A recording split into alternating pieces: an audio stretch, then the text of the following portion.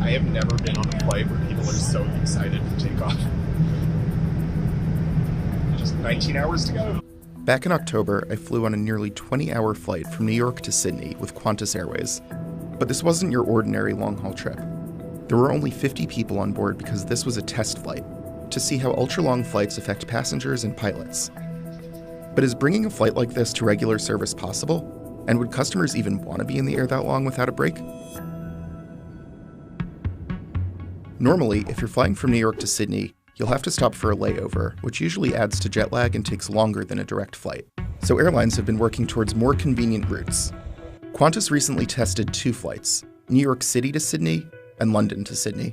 At nearly 19 and a half hours long, they each set the record for the longest passenger flight in the world at the time. The test flights were aboard a Boeing 787-9 Dreamliner that only had about 40 passengers and 10 crew members on board. Because technically, these planes couldn't make the distance with a full payload. They would have run out of fuel. We have 2 crews, 4 pilots in total. We'll have a Team A and a Team B, and we'll be swapping throughout the night to ensure that the pilots get adequate rest. Pilots gave urine samples every 4 hours to test melatonin levels. They were also outfitted with an activity monitor, a light monitor, and an EEG headset to monitor their alertness. There's a whole bunch of sensors in behind this strap here that are measuring our brainwave activity. So obviously, this was no ordinary flight. We were making aviation history. Just getting ready to take off. 20 hours to Sydney. Qantas 7879, we really appreciate your help tonight, and just to be part of history with linking these 2 great cities of New York and Sydney. And 19 hours and 5 minutes later, we should be touching down in Sydney. We were flying in business class seats, but the Qantas team asked us to rotate through the coach cabin to balance out the weight on the plane. So I tried out the coach cabin, but obviously I preferred my business class seat. We've got about 18 hours and 17 minutes to go. So it's going to be a slightly shorter flight than the 20 hours that was a possibility. It's really just because the winds are working with us, the way that the captain was able to plan the flight. We're not expecting any bad weather, and that's going to help us fly just a little bit faster.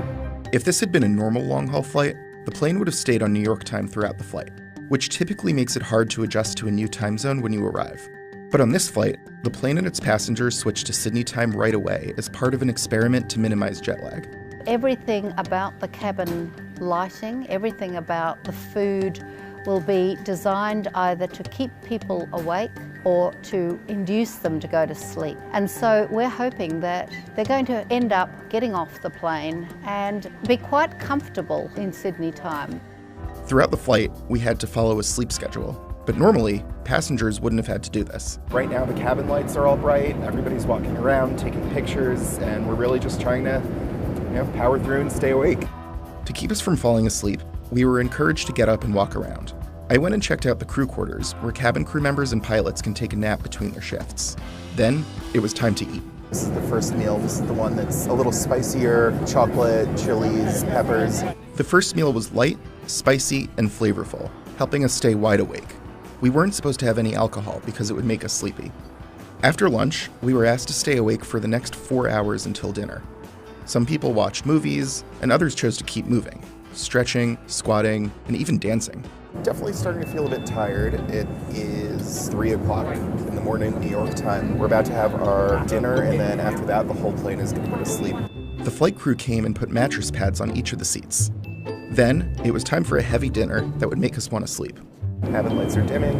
Definitely feeling tired. It's been, I think, almost 21 hours that I've been awake. Super excited to go to sleep. At the touch of a button, the business class seats folded flat into a bed. Then, the flight attendants turned off the lights to match Sydney's nighttime. I passed out almost immediately and slept so hard. I just slept for more than 8 hours, which is the best I've ever slept on a plane. We have just under 3 hours to go. In the morning, the lights were brought up slowly with a warm glow, copying Sydney's sunrise. Right away, we had breakfast. And before I knew it, we were coming in on Sydney. We landed at 7:43 a.m., 19 hours and 16 minutes after taking off from New York. Even after crossing 15 time zones, I didn't feel jet-lagged, and all of the other passengers I spoke to felt the same. Qantas hasn't released the pilots' biometric data yet, but the pilots told me they felt great after the flight. 20 hours in the air wasn't as hard on my body as I thought it would be. The new service flow really did help me adjust to Sydney time a lot faster than had I broken up the trip with a stop. But I really think getting up and moving, eating the right food, and sleeping on Sydney time is what made the flight easier. Plus, we got there a lot faster. While I would totally take this flight again, I'll have to wait. Qantas says it won't actually start regular service until 2023. I flew it on a Boeing 787-9 Dreamliner. However, Qantas picked the Airbus A350-1000 for the future routes. But before Qantas starts flying, it has to convince investors that this will make money, and that passengers would actually want to take this flight. Then, they have to convince regulators that crews can work the long flight safely.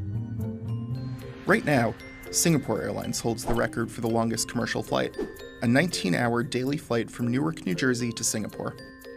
But with its test flights through Project Sunrise, Qantas is getting closer to flying these routes as regular service, and holding the record for the world's longest flight. Project Sunrise is our attempt to overcome probably the last frontier in aviation, and that opens up just about every destination in the world we can fly non-stop to. Shortly after my flight, Qantas flew another successful test flight from London to Sydney. It came in at 19 hours and 19 minutes, setting another record for the world's longest flight. But Qantas' CEO said that's not what it's about. We're not aiming to have the title of the world's longest flight. For us, it's about having the world's most convenient flights to avoid stopovers, and that's what we're aiming for.